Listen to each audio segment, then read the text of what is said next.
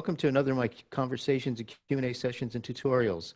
My name is John Cornicello, and I'm going live on Mondays and Thursdays at 10 Pacific and 1 p.m. Eastern.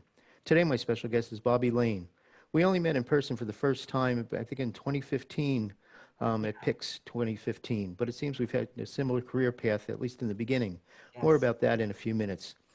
Before we start today, I want to mention that on Monday, May 18th, I'm going to do a tutorial on restricting light using grids and gobos and spotlights and the like to make dramatic photos. And on Thursday, May 21st, my guest is going to be Rick Salmon, who's the author of more than 40 books on photography and nature. So Bobbi is one of the lighting gurus, dubbed the mistress of light, and is recognized as one of the top photo instructors in the world. I hope you have some questions ready for us, so now let me bring Bobbi on. Hi, everybody. Hello. I am so happy to be here. I'm thrilled to pieces that John invited me on this because, you know, it's John. We were just talking. It's like everybody knows John. Everybody loves John. And I'm really happy to be here. And I'm happy to share whatever I can with you. You know, I love doing this because in these terrible times of quarantine and everything that's going on, I think it's incredibly important that we stay connected as much as we possibly can. You know, so I'm happy to be here, and I'm happy to answer any and all questions. So I'd like to even start with some of this talk about the COVID and what's going on and reinventing ourselves. You and Lee have gone through some things here. I don't know if everyone knows that Lee Varys is Bobbi's husband. You may know him as the author of the book Skin, another photographer and Photoshop person. A wizard. Wizard, yes. Wizard. He's the Adobe wizard. So my nickname is the Mistress of Light, and he's the Sultan of Skin. Yeah, it's definitely has certainly been a challenge. We lead travel tours as well, and for 9 years, oh, look at that, oh, that's great. For 9 years, I have been leading a trip to Venice Carnival, for Carnival, to Venice, Italy for Carnival. And we went this year. We had a really successful trip, and we came back just as everything was getting going. So we always end, carnival events take place for like 2 weeks before actual carnival on Tuesday. We normally leave on Sunday because Monday and Tuesday are too busy. It was very lightly attended this year, and it was after we had officially ended the tour Sunday afternoon, and all we had was our goodbye dinner. And that's when we got the news that they were closing off the rest of the carnival events as of midnight. But we were all planning on leaving Monday morning anyway, and we all left, and it was no problem. Everything was like totally fine. At that time, there was about 250 people in Italy that had the virus. So we came home. All of us, everybody on the trip was fine. Nobody got sick. A lot of people, some people live in communities like golf club communities, and their communities banned them from going to the clubhouse or the gym or whatever. And this is before there was any kind of a national talking about things. So, but it turns out that was actually a really good idea. Yeah. So as one thing after another started to cancel for us. So basically the entire year that Lee and I had planned was gone within 2 weeks of us coming back from Italy. And as you can imagine, that's a little, for all of us. I mean, it's frightening for one thing. Financially, I'm completely out of business. I mean, everything that I do is either leading travel tours or doing workshops or photography. I'm still doing commercial photography, but I can't do that anymore either. So fortunately with the CARES Act, I am able to collect unemployment, which is helping quite a bit. And I'm working on coming up with some online classes. But the first couple of weeks, the first month, I would say a little more, I was not paralyzed, but I was about half paralyzed. I just kind of like got stuck about what am I going to do? Where do we go? And, John and I talked about this. I've been in this business for over 40 years. I opened my studio in 1979 in Los Angeles, but I was doing commercial photography for about 4 or 5 years before that. So during the course of that time, I have reinvented myself many times.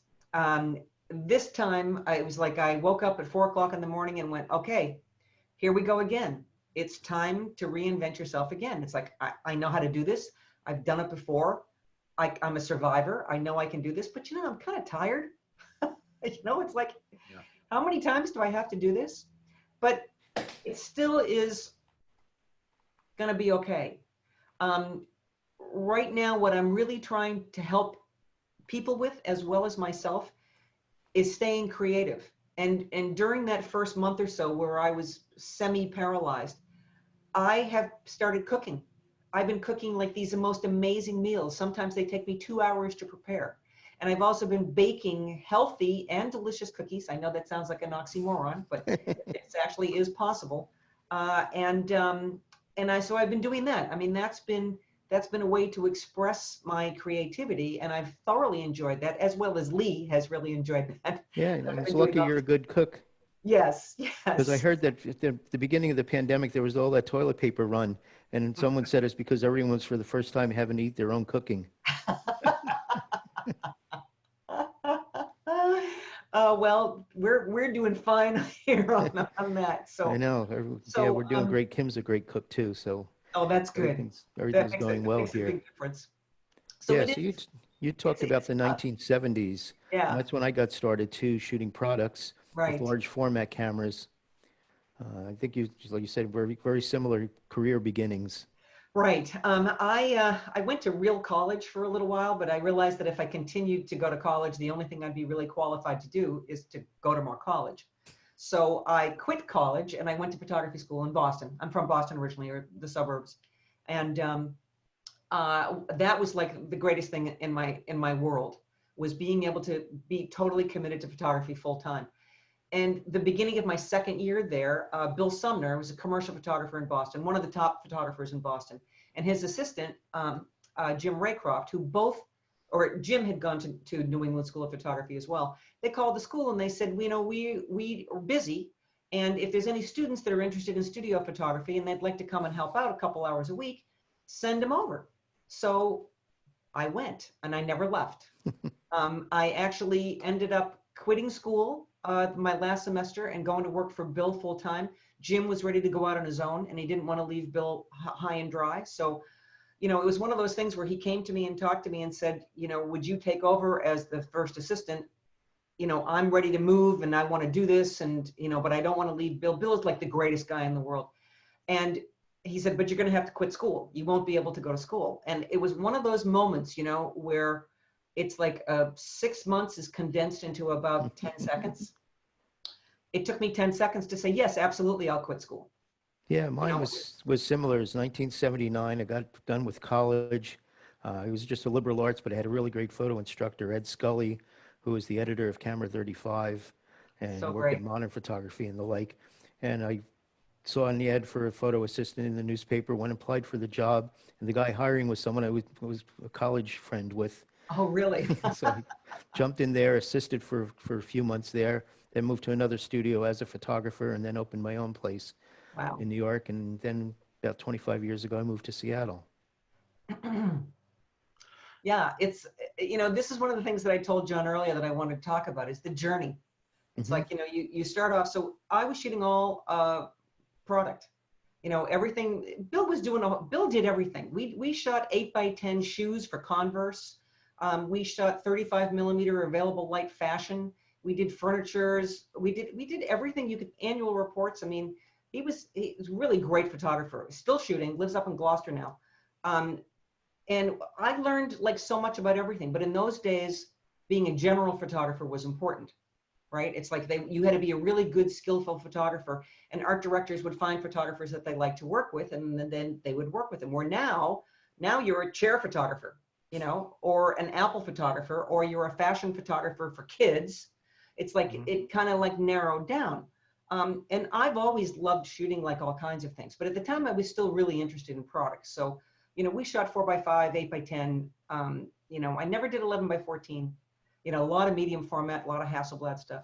And then I moved to Los Angeles in 1976, or I moved to California in Santa Cruz, and then I moved the next year to Los Angeles. And so I was in LA for 25 years. And at that time, I opened my studio in 1979. I was still doing primarily product. And I got involved in a business that doesn't exist anymore called Multi-Image. And for those of you who are old enough to remember this, but if not, I'll explain it to you. It was all 35 millimeter slides, and you would have anywhere from 3 to 55 projectors that were all connected and run by a computer and set to music. And this could be presentations, it could be for businesses, it could be for exhibitions. In Boston, there was one called Where's Boston? It was a tourist thing that was just, it was the first time I ever saw it. It was incredibly dynamic. So I kind of became totally involved in that. And one of the things that I did was I shot for Mattel Toys for doing multi-image production for the Toy Fair. And that was 2 months in the basement of Mattel. We had to set up in the basement. They would not let, we had prototypes, right? The prototypes had to be photographed for the TV commercials, for the catalog, for editorial advertising, and for the show for the Toy Fair. So we all had to like pass this around. So they wouldn't let it leave the property. So I had to set up a basement. I mean, I had to set up a basement studio. It was like dirty. I was next to the elevator motors. It was horrible. I mean, it was horrible. But I photographed absolutely everything that Mattel made. And let me tell you something. Barbie is a bitch. So being She you was were in the tough. you were in the 70s, did you ever have to work with the big ASCOR systems, lighting systems at all? Oh yes, we had Ascors in Bill's studio. Oh Okay. yeah, yeah. It's like You have to every keep a time you take a broomstick picture, nearby? yeah, every time you took a picture, the whole city would dim. Yes. I know we always kept a broomstick nearby in case we had to pry someone off the button. Oh my God, those, and they were so heavy, and they were Yeah, giant packs. they were called they were portable speed lights because the pack was 60 pounds, and then each capacitor, each 800 watt second capacitor was filled with oil, and it was another 60 pounds each. Oh God, So you easily had 300-pound light was your portable because it had wheels. right, right. Yeah, we actually had a little special cart that we made that we could to move it around the studio. Bill Nice. also shot with the Blackline Speedotrons, and Sure, I still have his some. Speedotron was his serial number 0003. Wow. It Yeah, probably still I works. still have two Blackline Speedotron packs in my basement, showing our age. So, you know, when I was doing all this multi-image stuff, not all the clients that these companies had were products. So they asked me to start shooting on location. So I would have to go out and shoot on location. I'd be going to plants and photographing interiors. I'd shoot the products that they made, the people working. Then they asked me to start doing environmental portraits. And before I knew it, it was kind of one of those things where I wasn't even really aware that I went from being a studio product photographer to probably 80% location photographer that started involving a lot more people. And it wasn't a conscious decision I made. It was the work that came to me. And it's like, yeah, that sounds interesting. Of course I want to do that. And it morphed. It kind of morphed. I still do. I'm gonna share this very quickly. I still do an occasional product shot, and I'm gonna show you this one because this is something that I did just recently. Well, recently in the last couple of years. So, and this is done, you know, digital. You know, it's not film. It's digital. And actually, I have another. I have another client. I don't have any images up here to show you, but I have another client that actually is a manufacturer of kitchen cabinets and kitchen and bathroom cabinets. And so Lee and I go and we photograph at their warehouse or their showroom, as well as going on location and photographing like full kitchens or whatever, and do that. So, you know, I'm still doing that kind of stuff as well. It isn't all people all the time. Yeah, And for I shoot those who, flowers. John and I were talking about this earlier. I shoot flowers for yeah, me. for those who aren't familiar with the ASCOR, I'm just going to share a screen for a second too. Oh God. So that was the strobe system. Those cables connected each bank of capacitors. You can get Wow. up to 48 condenser units together, 45,000 watt seconds. Oh my God. I never saw that one with all the plugs like that. Mine was, or the ones that we used was, it was about 60 pounds, but it was Yeah, all one unit. And it was 20, not 3,200. I don't know. It was big. yes, they were crazy. Yeah. Anyway, I put a link to that article in the chat if people want to see more Cool. about those lights. Hey, Yeah, station. so we're I can talking see about station here. flowers. Yeah. Flowers. Yeah, every morning my wife takes me out for a walk, and I joke about it because if I have my camera with me, it's like walking a dog. I have to stop every 30 feet to take a picture of something. So I say I'm out there stealing the souls of flowers. And then we had this conversation, and I did the same thing this morning. Yeah, it's always been kind of like my dirty little secret. I totally love photographing flowers, and I just do it for me. I don't care if anybody sees them or not. Hmm. I love them. So this morning, about 2 hours before we started, I have two tulips outside of my back door, and they're kind of getting towards the end. But it was about 11 o'clock. I went out, and the sun was coming right down, and I could see in the bottom of them is yellow, and then they're red as they come up. And the yellow part was just like glowing. So I just got down with my macro lens, like underneath, looking up at just this curved glow. You know, you don't really even know what it is, Hmm. but I just, I'm addicted to flower Can you hear glow. it? Yeah, so speaking of all these photos and in the situation we're now, you've got something going on Facebook. Oh yeah, this is I think that really during this time, it's really important to be able to be interactive. It's instead of just, so many people when it first came down, so many photographers started putting up online courses and or a webcast, and basically you just get to sit and stare at the screen, and that's it. And so that's good because you get to see people and you get to learn things. I mean, like what we're doing now, but at the same time, it's not really very active. So I actually don't know what the count is anymore. I'd have to go back. I think I'm coming up close to 60 days that I've been doing the challenge. So every day I put a challenge out on my Facebook page, which is just Bobbi Lane, and I will put up a couple of photos, and I will ask everybody to post images.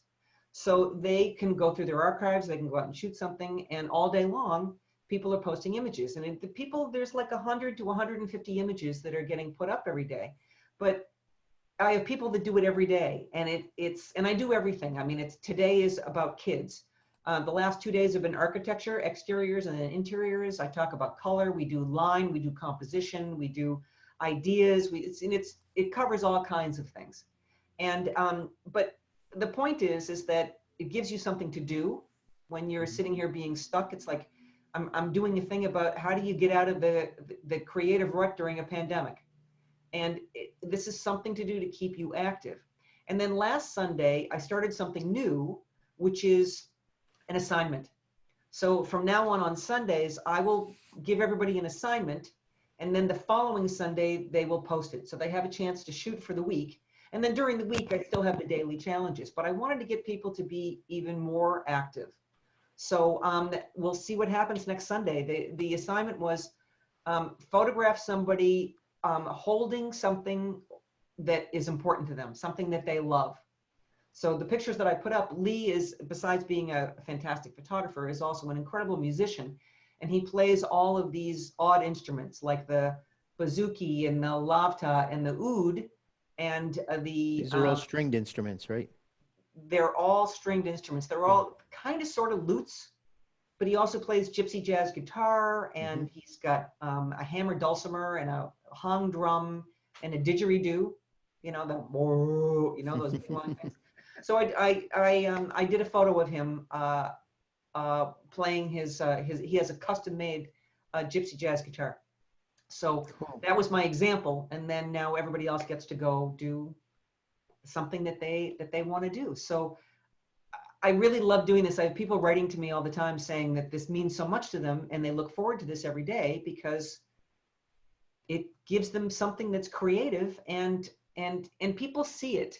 It isn't just like, you know, showing it to one person. It's like there's a couple hundred people that are looking at this every day. So people are getting to, and they're meeting other people and they're interacting and making comments, and it's wonderful. It's really a wonderful thing. I'm very, very happy that I just kind of popped into my head and said, let's do this. And we got to stay positive. I want to Yep, stay positive that's too. great. It's great. I just want to remind everyone, if you have any questions or comments, just unmute yourself and jump into the conversation. It's not just Bobby and I, it's just for everyone to talk. Okay, I just saw this. Can we see the tulip photo? I don't think Is it I still don't on the think camera? I don't think I imported it yet. I did put it on the computer, but I don't think I imported Yeah. it into Lightroom. So give me a second and I'll see if I can find it.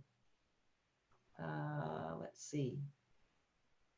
Let's see. No, I didn't do it there. Okay, give me a minute.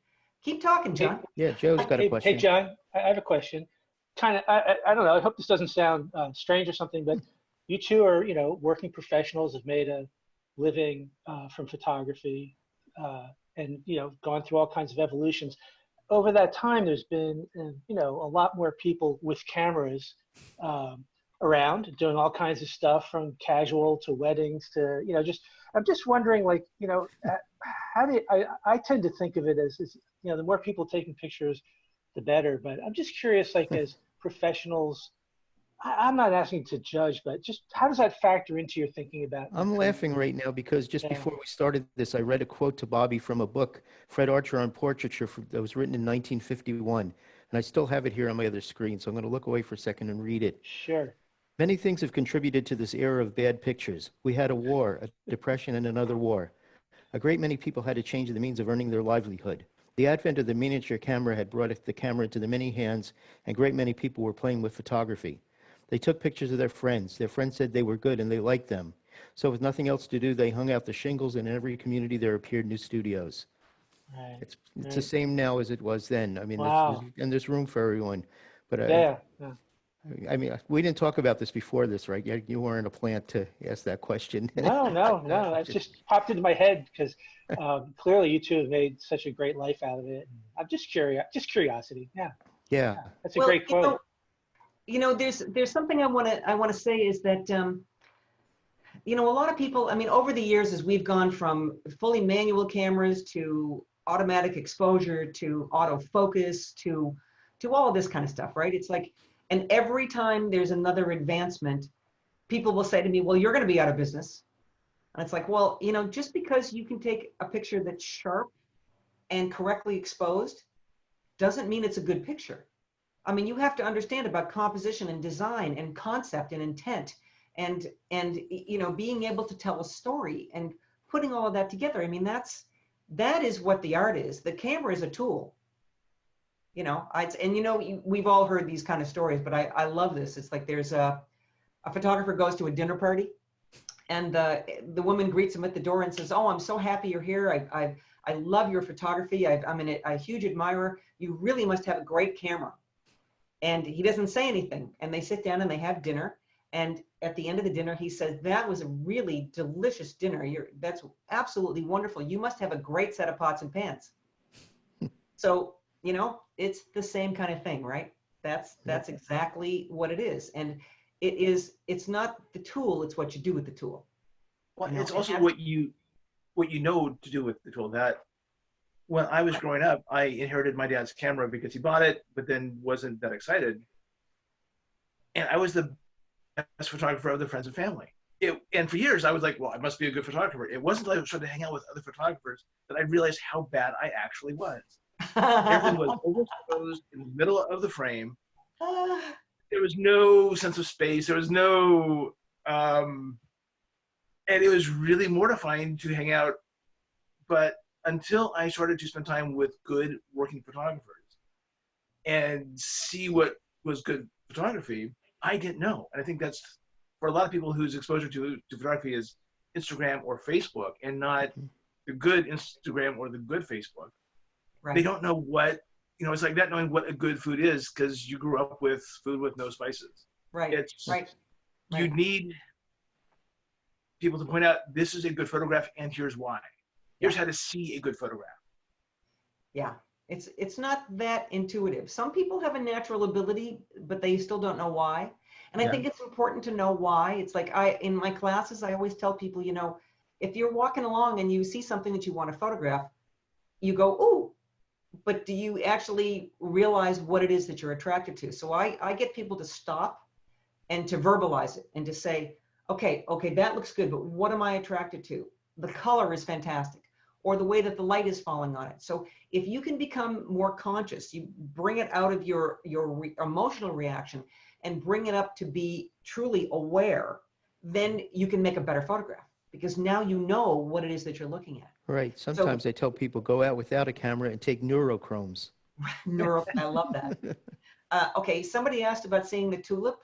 Yeah, So that was Jim. here's, I just imported them while we were doing this, and here,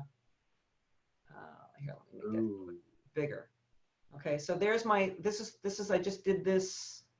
These are all the pictures that I just did at 11 o'clock this morning.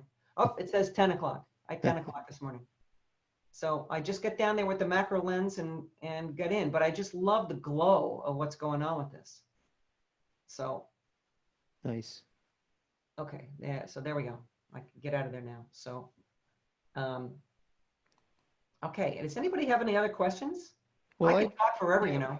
yeah, let's have someone else pop in. Otherwise, we can talk about some of your old-time Hollywood portraits.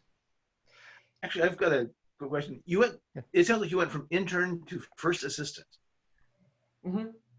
That's. I mean, back in the days when first assistant was a very specific, meaningful, important job. That's a huge step. Yes. Well, you know, I was at that point going from visiting the studio a couple of hours a week. I think I was going once or maybe twice a week. I started going more and more often, so that when I wasn't in school or working on my assignments, I was spending as much time as I could at the studio. So I was actually there a lot more, and working as second assistant. And there was times when Jim was doing something else, so I would be first assistant. So it wasn't that difficult to do.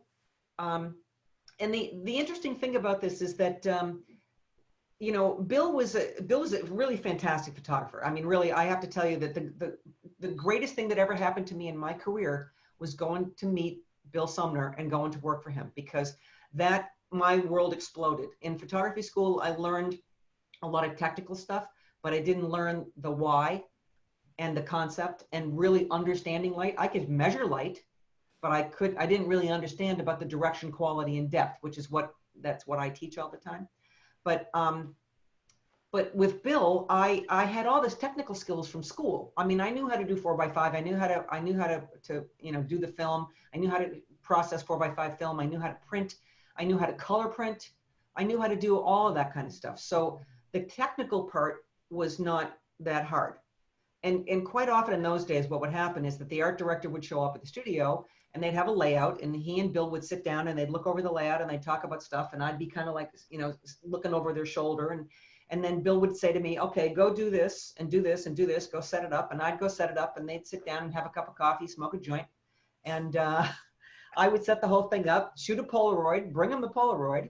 The two of them would sit there and look at it very studiously, and Bill would give me some advice about go do this and go do this. And I would go back and I would do all that and bring him another Polaroid. And we'd do that a couple of times. And then finally, at the end, Bill would get up and he'd come over to the set and he'd look at it and he'd move one tiny little thing and say, shoot it.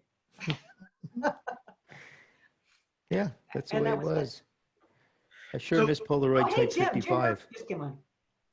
So I there was a time that this was a time when photography really was an apprentice system. You learned how to use a camera, but then you learned how to do photography, working for a professional working photographer. And you learned Right. photography and the business of it. How Right. are photographers today learning how to do the business? You know, you know, I'm really glad that you brought that up, because I was thinking about that a little bit earlier today too. You know, now we have the internet. We have access to all kinds of things about learning about, you know, marketing and business plans and setting all that up and understanding about techniques and learning this stuff. First off, I still think that you have to, in order to really learn lighting, you have to do it in person with somebody that can supervise you and put your hands on it and move it around and see what happens. I think it's really, really difficult to do it online, although it's possible, but it's just not quite the same. Anyway, when I was coming up, first off, photography schools, they never taught business. There was nothing about business. And Bill was not a good businessman. He had no marketing plan. He didn't have a business plan. He had a rep, but, and so she kind of did more of that. But everything that I learned was through my own mistakes and really coming around. And if I had known when I first set up in Los Angeles, if I had known then what I know now, I would have a couple of houses. You know, I mean, I would be in a completely different position than I am in now, because I had no idea. Yeah, Now I'm the we same have all here. I that. mean, it was more of a passion over the years. I mean, Yeah. didn't really have the business background. Yeah, and it's really without the business background. When people say now, what advice do you give for people who are coming up? There's two things. first up, you have to know your technique. You have to know how to be able to make something happen. But really, just as equally important is that you have to know the business. Because if you don't, why is one photographer successful and another not? I mean, throughout my career, and I have so many photographer friends, and I know this guy in Los Angeles. He's one of the most brilliant photographers that I've ever seen. Anything he's ever done, I'm just like jaw dropped at like how great he is. And he was never a good businessman. And other ones who were just really kind of mediocre photographers and had like, made tons of money and, did great. So, that and getting that business background is really, really important. I built websites for small companies through a lot of the 90s. And there were a lot of people who were really, really good at whatever that business was, but they had no marketing plan, no business plan. I go in and say, okay, let me build you a website. What's your marketing plan? And they're like, Yeah. I put roofs on houses. Isn't Yeah. the website my marketing plan? Yeah. And, and also most web folks through that period had no idea what a business plan was. So we're trying to help these companies, and we're all fumbling through how you tell people, what is it you do? And so I suppose because that's a very hard thing to get around. Right. When you're used to saying, when your skill is making a good photograph, that's fantastic. But it isn't the same as making a good business plan. Right. It isn't the same as writing a good ad or networking. How many of us hate networking?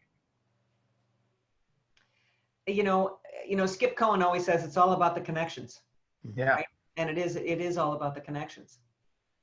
So when I was in LA, I was vice president of APA in Los Angeles for, Advertising Photographers of America. And after I moved back here, or I moved to Connecticut, I was 25 years in LA and then 10 years in Connecticut. And then 9 years ago, I moved back to Massachusetts. But anyway, I, along with Richard Radstone from APA, we developed, we called it the Successful Emerging Photographers Program, the SEP program. And we put together a full day presentation that covered everything about, putting your portfolio together, your marketing skills, your business plans, your legalities, your, it's like your inspiration. We did this whole thing. It was really fantastic. And we offered it to schools around the country. We had some sponsors at the time. The schools, it didn't cost the schools anything. It was free to the schools, free to the students. We had some Adobe sponsored us for a little while. A couple of portfolio companies sponsored us. And so we would go to the schools and put on a full day presentation. I can't tell you how many schools turned us down. Yeah, I believe you, unfortunately. The actually Hallmark Institute of Photography, which is now gone, which probably taught more business classes than any other photography school I know, they were our biggest supporter. They thought this was great because they wanted somebody from outside to come in and talk about the same things that they were talking about. It kind of like re-emphasized. I talked to Rhode Island School of Design, and they said, yeah, we don't think anybody would show up. I'm like, why? And they said, well, we're an art photography school. It's like, so you still need to know all this stuff, So anyway, it eventually died out, and it's really too bad. I still will go and do stuff like that, for camera clubs or for organizations. If anybody asks me to do stuff on marketing, or not on marketing, but on business, because I think it's really necessary. We need to be able to buy groceries. Yeah. I mean, I love good photography, but you need to have a working business to be able to support that business. And that's another interesting point is that, when I was in Los Angeles, and since you build websites, you would understand this. So you got to show what it is that you want to do, right? Yeah. I mean, if your website has to be a demonstration of this is the kind of work that I want to do, not what I think people want to see, but this is the kind of work that I want to do. So there's all kinds of work that I do that I don't put on my website or show, because it's like, none of you who know me have ever seen the pictures that I've done of this company that makes cabinets. I'm not looking for more work for cabinets, but I'm happy to have this client. They're a really great client. I love working for them. To me, it's a craftsmanship thing. It's like, it's a challenge and all that, but I make decent money from that. I really like working for them. We have a great relationship, but I don't need to advertise that. And when I was in LA, I had a company that they were, for the last 4 years, actually the last 2 years I was in LA. And then after I moved to Connecticut, I would still come back to LA to do stuff every once in a while. And so twice a year I'd come back just to shoot for them. They made point of purchase displays. So basically what I was taking pictures of was painted cardboard, right? And it could be anything from, you know, when you go into the movie theater and there's this big cardboard thing that's an ad for the next thing that's coming up, or it's an end cap at the in a store, you know, for cosmetics, or in the liquor store. It's like I would shoot that stuff. These people designed and made those things, and I would bring a studio to their warehouse. I would bring a giant background, and I'd bring all these lights. I'd really bring the whole studio, and I would shoot painted cardboard, which was a real skill, to tell you the truth, because it's shiny. You got to know how to light it right? Yep. And again, they paid me really good money. They'd pay me in a week. They loved me. Whoa. They were like, you know, that's how you pay the bills. Yes. Right. And it wasn't like I was doing something that I hated, because I still found it challenging. But, you know, I didn't need to tell my high-end clients that I was shooting painted cardboard. No. You know, but hey, it's like, hey, for me to go do this for a day or two and bring in thousands of dollars, Yes. I'm not saying no to that. Yeah. No, and shooting shiny stuff is really, really hard. Oh, yeah. And Well, that's when you all the learn the years of- difference between round and square modifiers. Yes. Yes, and black and white reflective. You know, it's like for a while there in Los Angeles, it seems that 80% of my clients wanted me to shoot either black on black or white on white, and mostly black on black. I'd say probably 60% of them were black on black. All right, so you know. We do what we have to do. You know, I want to bring this up because we touched on this a little bit, and then I'd like to show the Hollywood stuff, the Harrell stuff. But, you know, John and I talked earlier, it's like I wanted to talk about the journey. And in the 70s, as far as I know, I was the only woman product photographer in the country. I can't say that I was, because I don't know for sure, but I am not aware of any other women who were shooting product then. In the 70s and in the early 80s, if you were a female photographer, you either shot fashion or kids. Yeah. And this is in the commercial world, you know, not in the portrait world, but in the commercial world. And I ran into, I mean, really face-to-face times where people just didn't believe that because I was a woman, I would not be able to understand a 4x5. Yeah. Or I would not be able to shoot something that was technically complicated, or I wouldn't know how to light reflective objects. You know, you know, there was one time, there was a freelance producer. This is in the multi-image days. There was a freelance producer that I was working for, and he had a job with a company that I had not worked for. However, I had gone and met them and showed my portfolio, and they had this rush job, and it was cigarette lighters. It was like disposable cigarette lighters that were plastic and metal and shiny and reflective and a variety of colors. And they were like stuck. They needed to have it done then.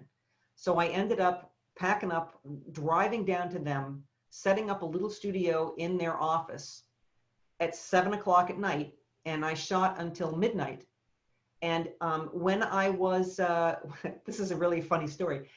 As I'm bringing all my gear in, I didn't have an assistant. This was like a last minute thing. They're like, you just got to come and get this done now because we need to get it finished and out the door tomorrow. So you got to shoot it now. The lab is going to stay open. We're going to process it overnight, you know. So, you know, for those of you who are product photographers, but it's kind of true of anything, when you're going to set something up, the first thing that you do is you have to set up the camera and the subject. You have to figure out how you're going to look at it. What's the angle going to be? What lens are you going to use? What's the perspective? All of that. You can't light something until you know what you're looking at, right? Because especially with something reflective, if you move over here a little bit, the light changes. So I'm in there setting up, I'm putting the whole thing together, and there's a whole series of shots that I have to do. There's like 20 different shots that I have to do. So I'm like setting this all up, the first one setting up, and the owner of the company comes in and he's like looking around going, you know, so you know, you need to have some something up here to reflect in there. And I'm like, oh yeah, sure. You know, I got all my reflectors are right over here. Everything's there. So I'm still just kind of like getting my composition together. And he's kept looking at me, right? And then he did this like 3 or 4 times where he would come in and tell me something that I was supposed to be doing. And I was I wasn't thinking anything of it. I'm like, yeah, of course I know that. I just, I'm not in that step yet. You know, you have to start here and then go here and here and here and here. You can't go from here to here because you got to do all these other steps in order to make it right. So, you know, I got the whole thing done and, you know, handed over the film to them, packed up, left at like midnight, 1 o'clock in the morning. Job turned out great. Everything turned out fabulous. And then 30 days go by and I haven't gotten paid. And I'm calling them and I'm talking to them and I'm talking to the people, the, you know, accounts payable, and they're putting me off and putting me off. And I finally said, you know, let me talk to the owner. I got it. What's going on here? And he gets on the phone with me and he's like, well, you know, you really didn't do a very good job. I'm like, what are you talking about? It was a great job. The producer said it was fantastic. It was exactly what he wanted. And you used it. You actually put it out there and gave it to the client, and you have to pay me for the work that I did. And I had to call him 2 more times. And he finally ended up yelling at me saying, you know, all right, I'm going to send you a check, but I'm never going to hire you again. And I'm like, why would I want to work for you if you don't pay me?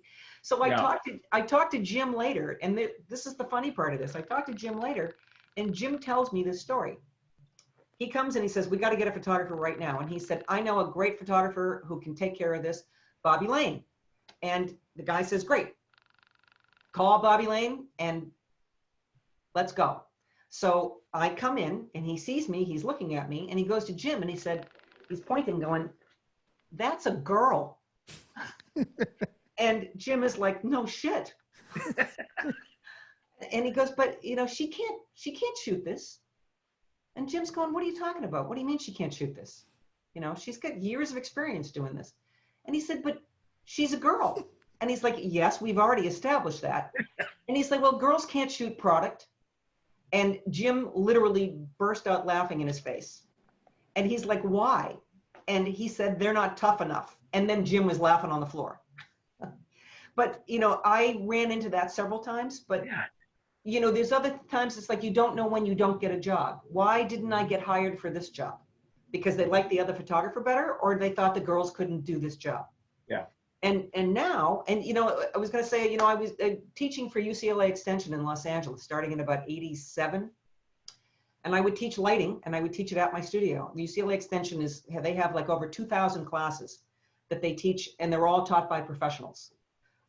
So at my studio, and in those days, 25 people in a class, and I would have maybe 2 or 3 women, because women weren't expected to be able to learn technical things.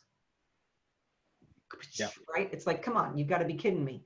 But that's how people thought. So as time went on, more and more women started coming into the class. And when I moved to Connecticut, I was teaching at ICP in New York. And at that point, by the early 2000s, I was starting to see close to half, and then more than half of my students were female. And it's not unusual in the last 10 years or even more. It's not unusual for me to have a class that's all women, and regardless of what the subject matter is. So it's completely shifted. And people who are coming into this business now have no idea that people used to think that women couldn't shoot product or light or know technical things. It's like, it's kind of like mind-boggling to even think that it used to be that way. But hey, I'm from tech. We're still having that problem of, oh, she's a girl, she can't code. Really? Because she doesn't have fingers to type? I mean, what the hell? Sorry. Right, exactly. So my sympathies, but good for you for just doing it and having to. Yeah, I was thinking the same thing, Bobby. It's a shame that all that happened. On the other hand, it's really easy to admire you for, you know, just like doing what you want to do and being successful at it. So good for you. Well, thank you. Yeah. You know, I have to tell you that if somebody tells me I can't do something, it just makes me want to do it even more. Yeah. You know, I'm really sorry, but you can't tell me what I can and cannot do.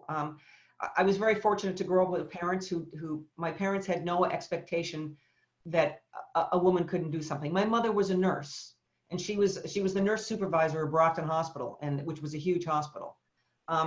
You know, there was never, and I have an older sister, but I was really kind of a tomboy, and my dad was kind of a jock. So, you know, we used to go fishing and go to baseball games and do all that. And my dad never said, you can't do this because you're a girl. So I didn't even know that people thought that until I got into junior high. And then when people started to say things like this, I was completely confused. I was like, what do you mean?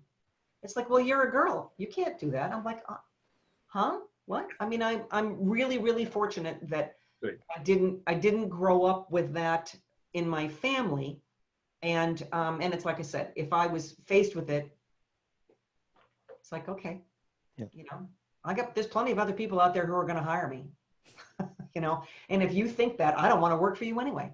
So, you know, but anyway, I'm really glad that that's all over and done with, that nobody thinks that way anymore, or at least in the photography world. Good. Yes. So do you want to look at some Harel pictures? Yes. Sure, but Seshu has something.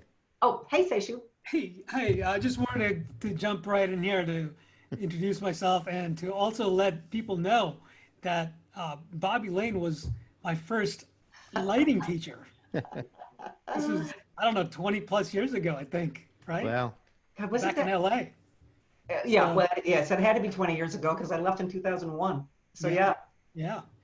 So it Wow. And you it both was- migrated to the East Coast then. Yeah, well, What's and that? then we came into each other again in Connecticut or in ICP? Connecticut. Connecticut, yeah. Yeah, I think I found out that you'd moved to the East Coast and invited you to speak at the CTPPA Oh, yeah. That was, yeah. convention, Yeah. right? So, But I Yeah, think I we only had go had back to some contact. 2007. Oh, yeah. This year, when Bobbi Lane wrote this magazine thing, I didn't realize it was all written by one person at first, but I learned so much from this. That was, I was the featured lighting writer for Photo techniques. Photo Techniques magazine, and occasionally they'd put out a special issue. So that one was an issue that was just all about lighting, and they were all my articles. Yeah. So I only have like 2 or 3 of them left in existence, you know, and that's it. But thank you, Seishu. Always a pleasure to see Yeah. you. Good to see you here. So you wanted to talk about George Harel and Yeah, let me talk about George. George Harel, if you don't know who George Harel was, shame on you. He was the great Hollywood portraitist, and starting in the 30s, photographed every star you ever could possibly imagine. And he shot everything with focusing Fresnel hot lights, and it was all 8x10. 4x5 was small format for George, right? So George was a giant, and I was always a huge admirer of his. But his career hit the skids like in the late 50s into the 60s and into the 70s.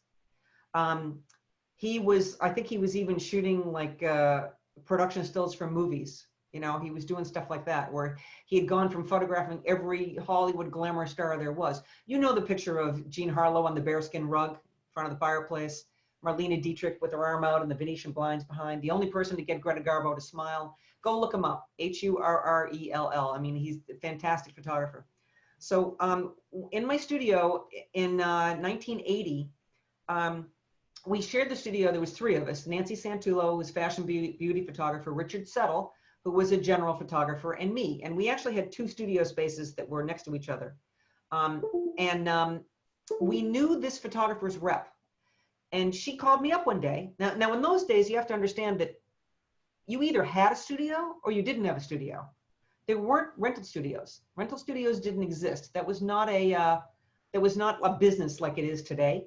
So, you know, a lot of people, there we go, thank you. A lot of people didn't know, you know, if they needed to shoot in the studio, they had to find somebody that they could do. So we kind of like started this in a way. Anyway, this woman, Marissa Mislansky, who was George's rep and also Herb Ritt's rep, called me up, and she was French. And she was like, I want to book the studio for George Harel, and he's going to photograph Sharon Gless, you know, Sharon Gless from Cagney and Lacey. And, you know, and I'm writing all this down. She's telling me all this information, and we're talking about all this stuff. And then, but I'm not hearing who she says it is. And she keeps going, George. So finally I stopped her and I said, Marissa, I'm really sorry. I'm not quite understanding. Who are you talking about? And she said, George Harel. And I said, are you saying George Harel? Yes, George. And, you know, Richard was sitting opposite the desk from me. We both almost fell on the floor. So he came in to check out the studio. Now, our studio was built in the 19 teens.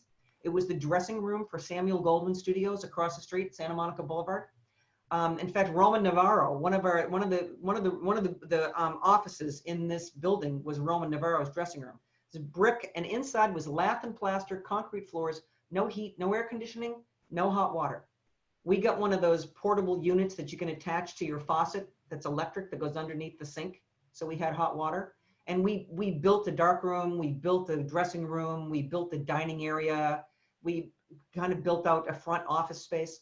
So anyway, George came in, and George was like 5'4", and he was old then. He was in his 70s, and he was like chewing gum. Yeah, I like this place. Yeah, this is good. I like this. Oh, this will work for me. We're doing this, right?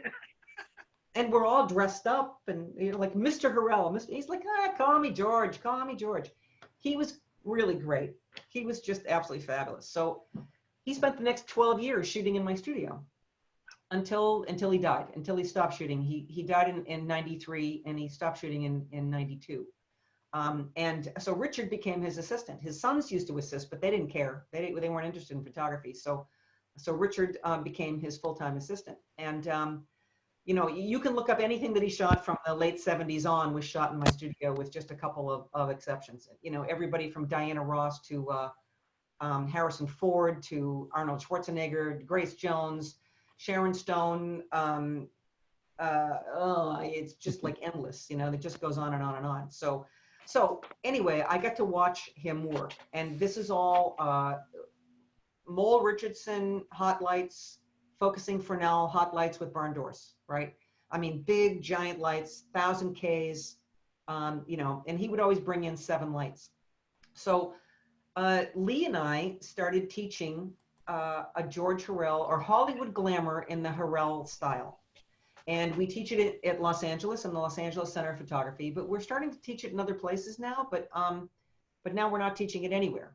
So Jim Murphy is right here. Jim was in my last class. Jim, can you unmute yourself? I did, yes, hi.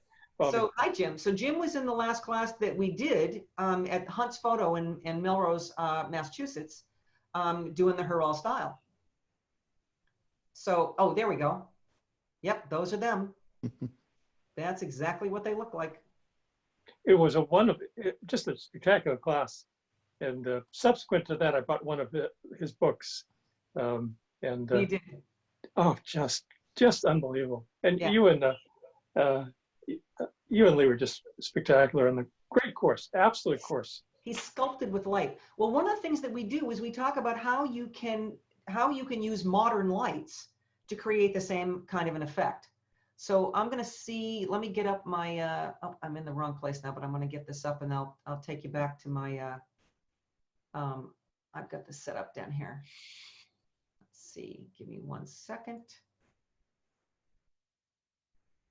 Come on. And let's see, starting. Okay. Actually, you know what? Do I have, let's see.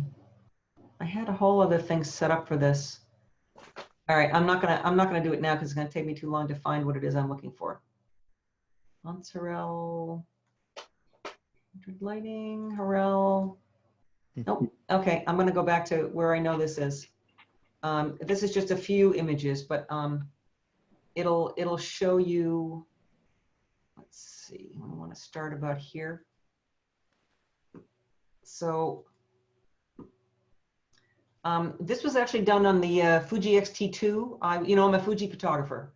I was one of the testers for the X-T2, and they had just put in, they have film simulations in the for the X-T2, and or actually for all of their cameras, for all their JPEGs, you can select a film simulation since they made film.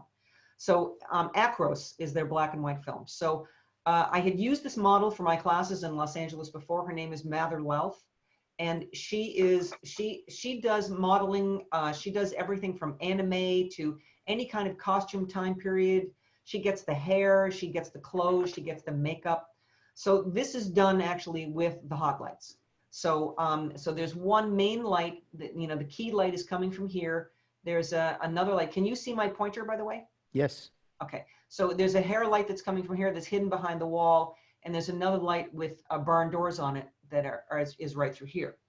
So this is one of the ones that is an imitation of one of his shots that he did of Norma Shearer.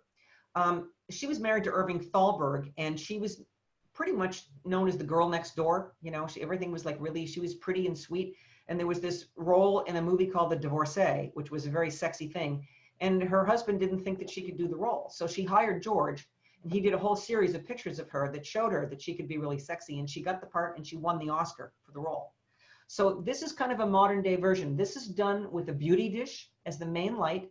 And then there's just a light with a grid on it in the background with a piece of cardboard to make a very soft shadow coming through here.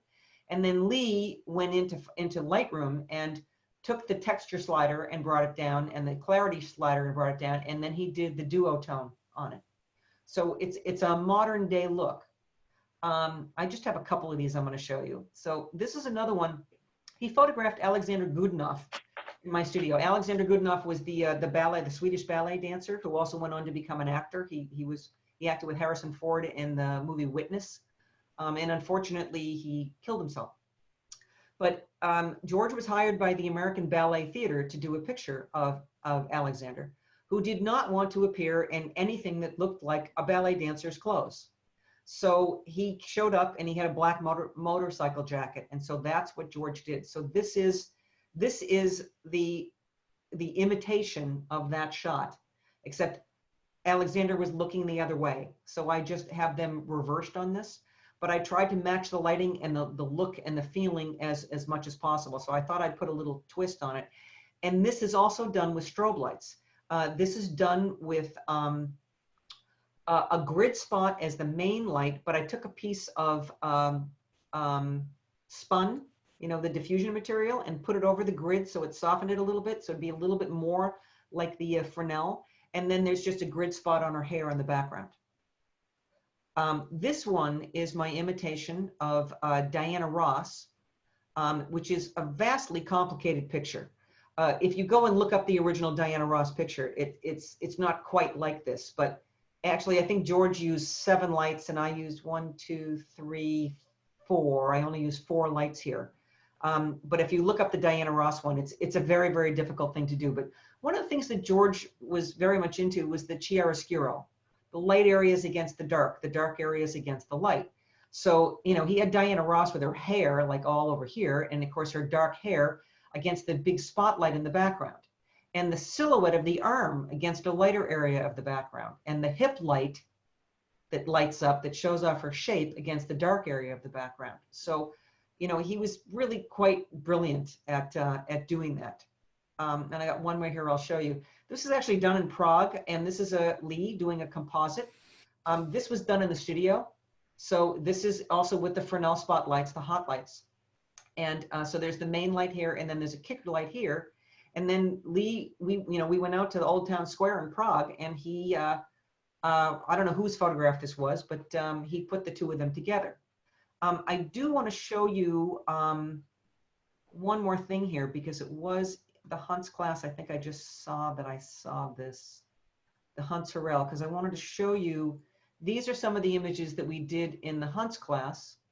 And this is Joseph Small. He's an actor. And this is done with strobe lights.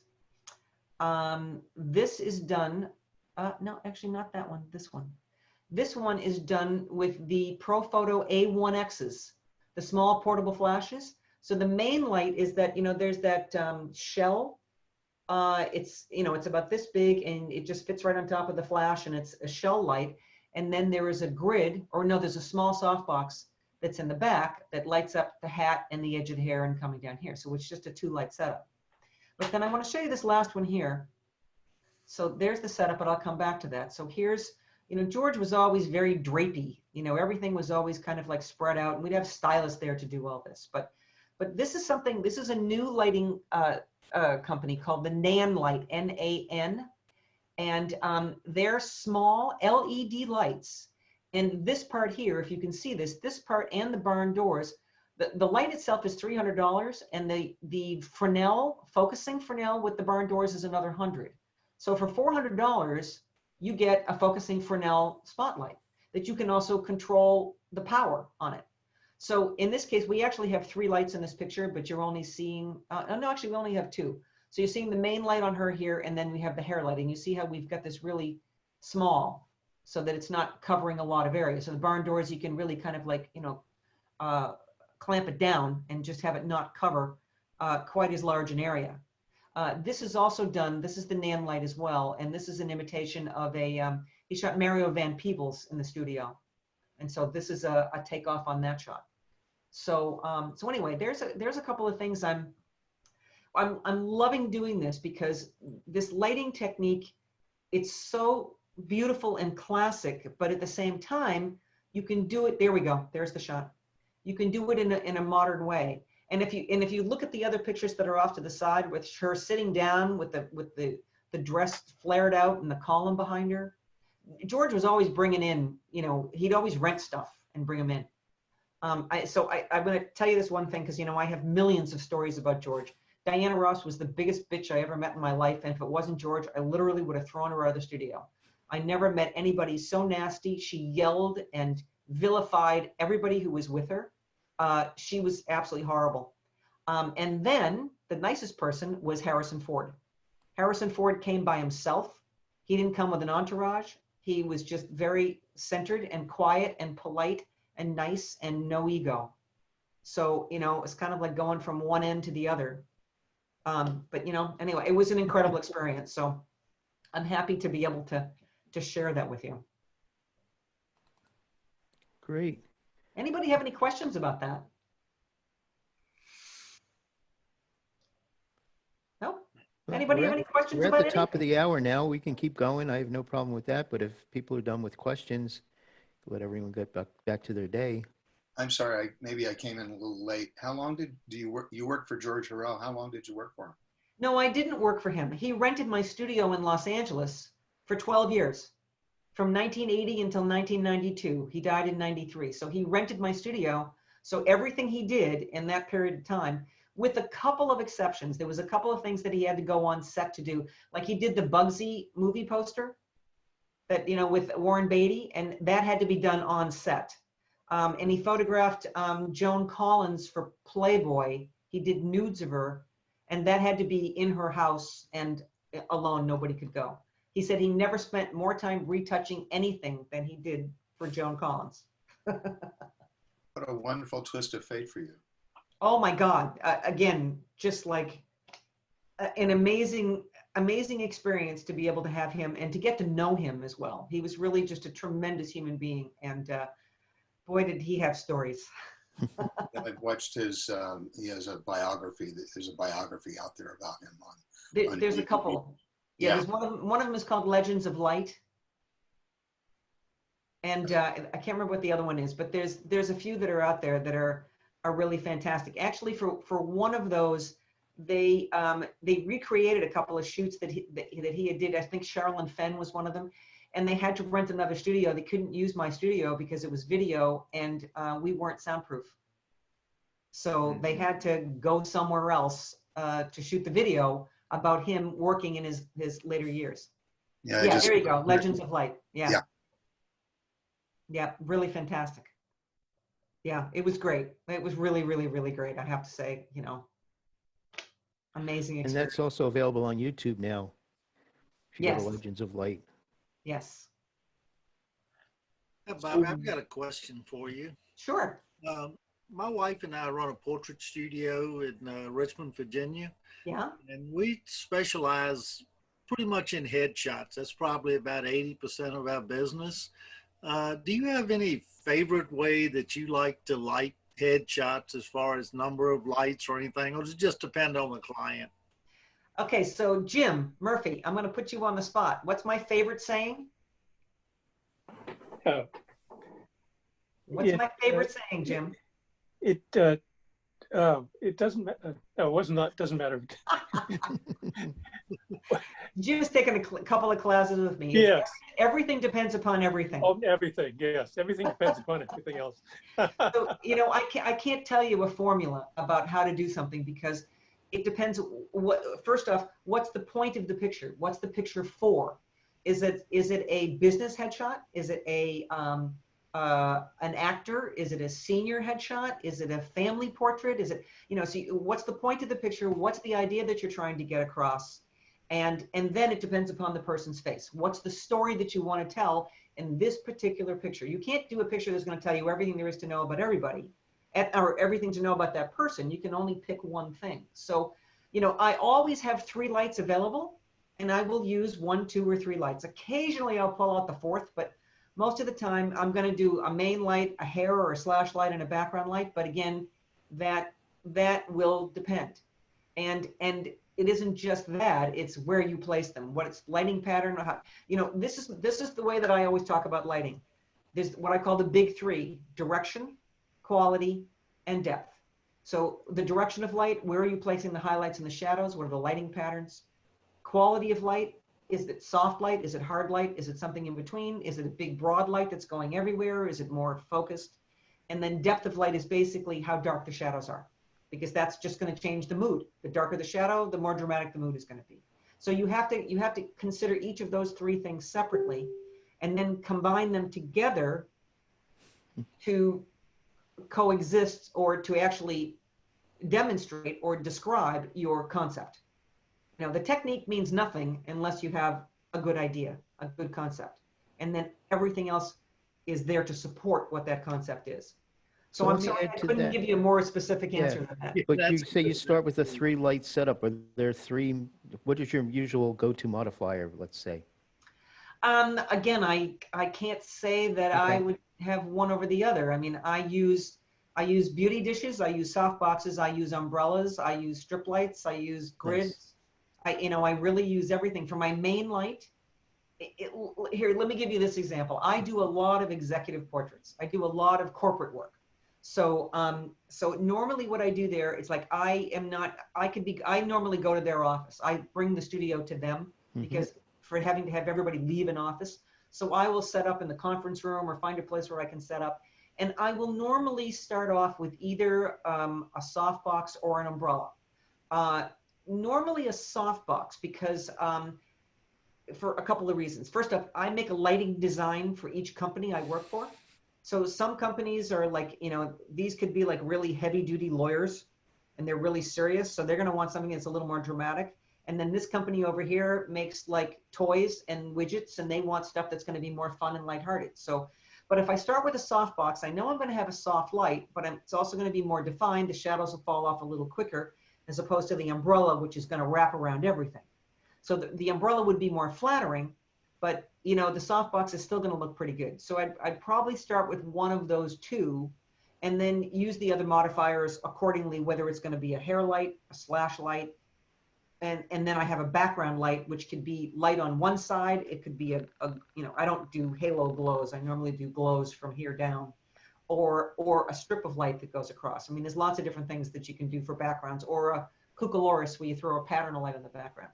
So again, it really kind of depends. But to answer John's question, I would probably either start with an umbrella, a white umbrella, or a small softbox, and then modify from there.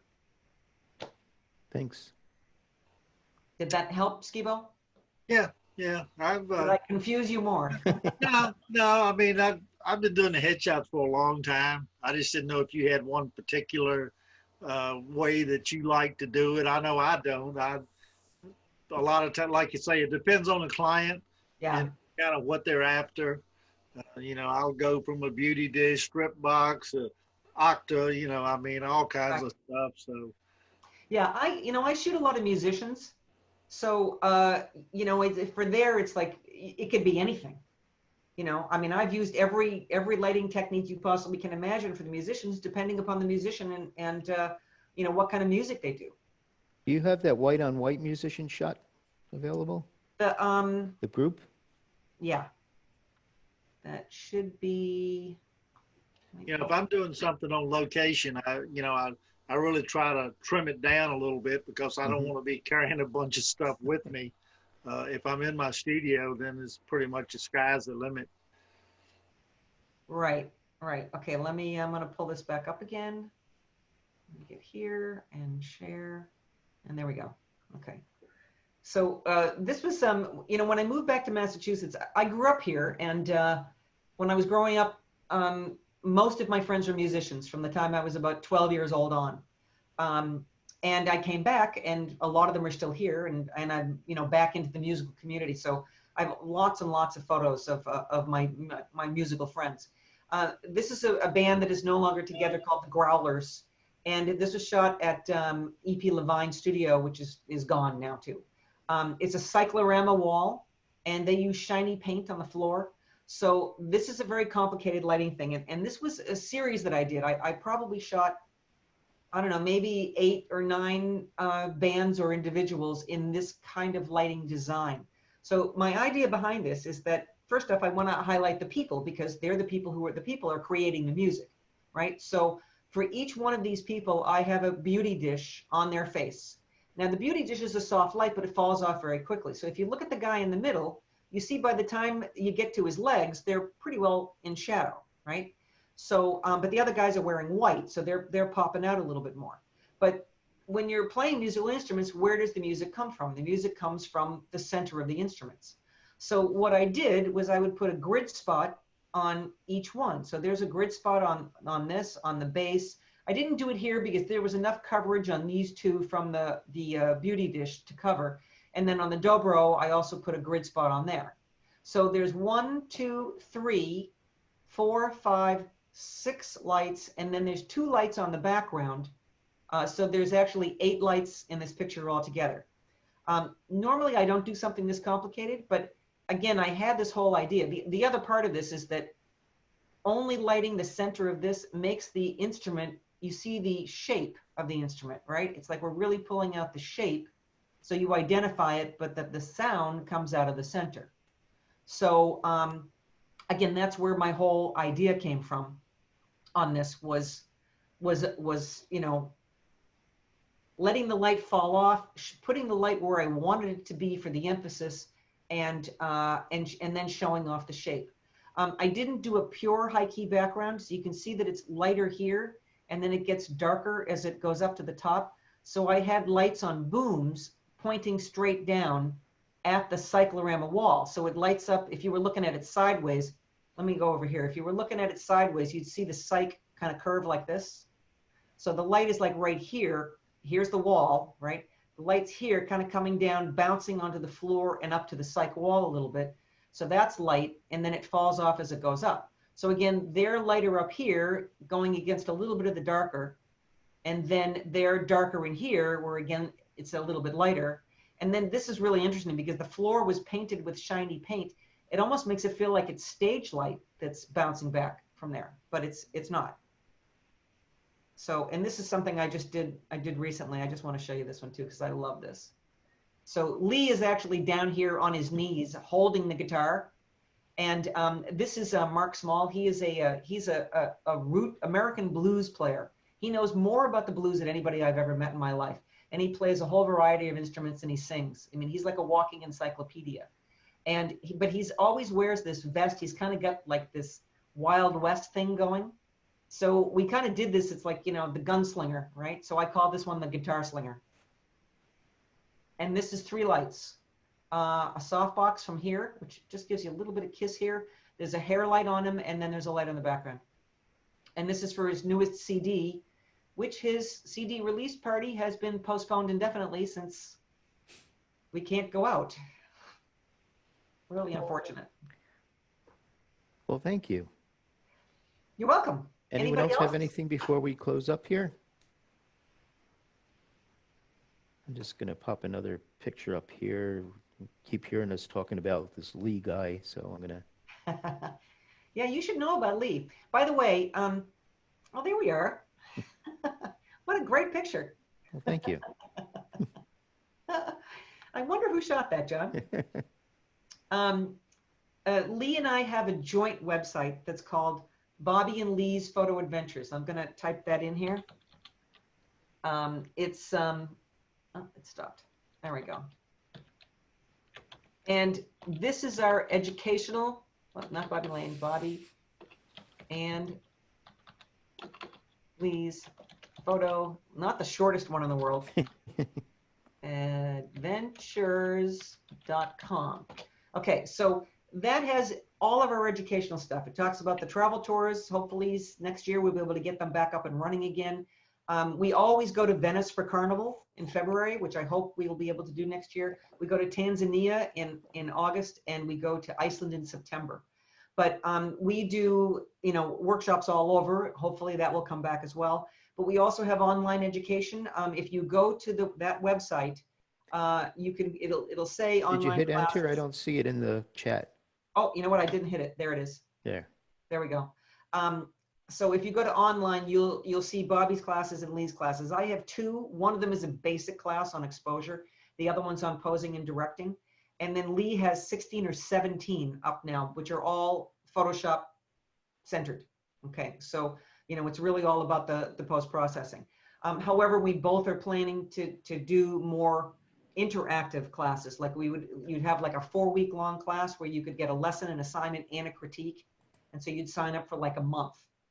We're still developing all of this, and we're also talking about doing like some of these Zoom things like John has started to do, which is, being able to teach people and have it be interactive. So we have some other stuff that's coming up. So just kind of come back and check on that every once in a while. And you can go to the Facebook, Bobbi Lane on Facebook, and you'll see my daily challenge. So, you're all welcome to participate in that and share that with other people. Yeah. Thanks, really Bobbi. fun. I'm just going to pop up my little thing for a second Yes, there so people absolutely. can see what I'm doing. I'm doing live one-on-one demos where you can ask me to try different modifiers in the studio so you can compare them. You get the files, you get to see it live, and we're starting that this week. So if anyone has interest in it, let me know. Great. Bobbi, just wanted to sort of talk a minute about the daily challenge. Yes. Really, it's great fun. In general, it's great fun, but particularly in these times of not being able to do all we wanted to do, it really is terrific. And the other thing is, I really hope you and Lee do some planning for some online programs. Hunts has been doing that for the last 6 or 8 weeks, and it's well attended. It's great interactive, and it's a way to stay connected. Yes, that's the which whole I think point. at this time is more important. Yeah, so I'd love it to see you guys Thank you. do some online stuff. Yeah, You we would really like to do that. Yeah, yeah. Hunt has their whole team of people, so they haven't asked us to participate in anything for them. So, but that's fine because we're just going to do our own anyway. So. Oh, that's what we're thinking. So just stay, just keep watching for us, and you'll see stuff coming up. Great. So thanks, Jim. Check Bobbi's website for the daily challenge. Really quite good. On the Facebook page. Yeah, I put a link to our Facebook page in the chat too a little earlier.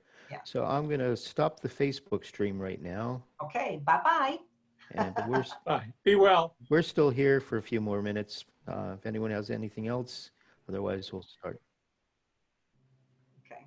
That was me. I just stopped my recording. Yeah. Yeah. Has anybody else got anything that they want to say? Been a great conversation. Melissa, you've been very cool. Oh, I'm sorry. Go ahead, Joe. I said, it's a great conversation. Really enjoyed it. Thank you very much. Thank you. Yeah. Thank you very much. I was going to say, Melissa, I haven't heard from you at all. I'm just taking it all in. Enjoying it. Thank you very much. It was wonderful. You're welcome. Yeah, truly, thank you for doing this. Happy to be here. Really happy to be here. I'm just, as Jim just said, and I've been talking to John about this, for me right now, the most important thing is to stay connected.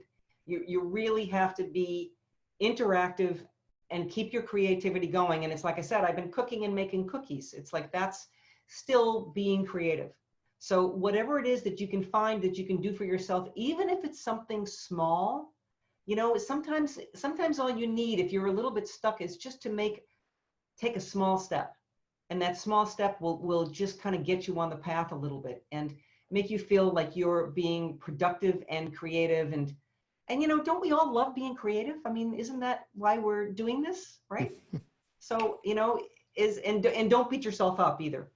I see these people. I mean, a girlfriend of mine just posted this morning that she's been on the keto diet for 2 months and has lost 20 pounds. I'm like, damn, I'm eating cookies and drinking wine, watching TV. Well, thank you all for coming. So this is good. Thank you, Bobbi, for being part of this. I was really looking forward to this. Just a reminder that on Monday, the 18th, I'm going to do a tutorial on lighting using small lights and gobos and grids and the light to limit the spread of light. Everyone always talks about soft light all the time, so I'm going to go the other direction. And then on Thursday, the 21st, Rick Salmon's going to be my guest here. He's always entertaining. Yes, yes. Looking forward to that. So thank you all for joining us again, and we'll see you next time. Be well. Good. Thank you. This is great. Mount Bye-bye. State, Be well. everybody. Peace and love. Peace and Bye. love.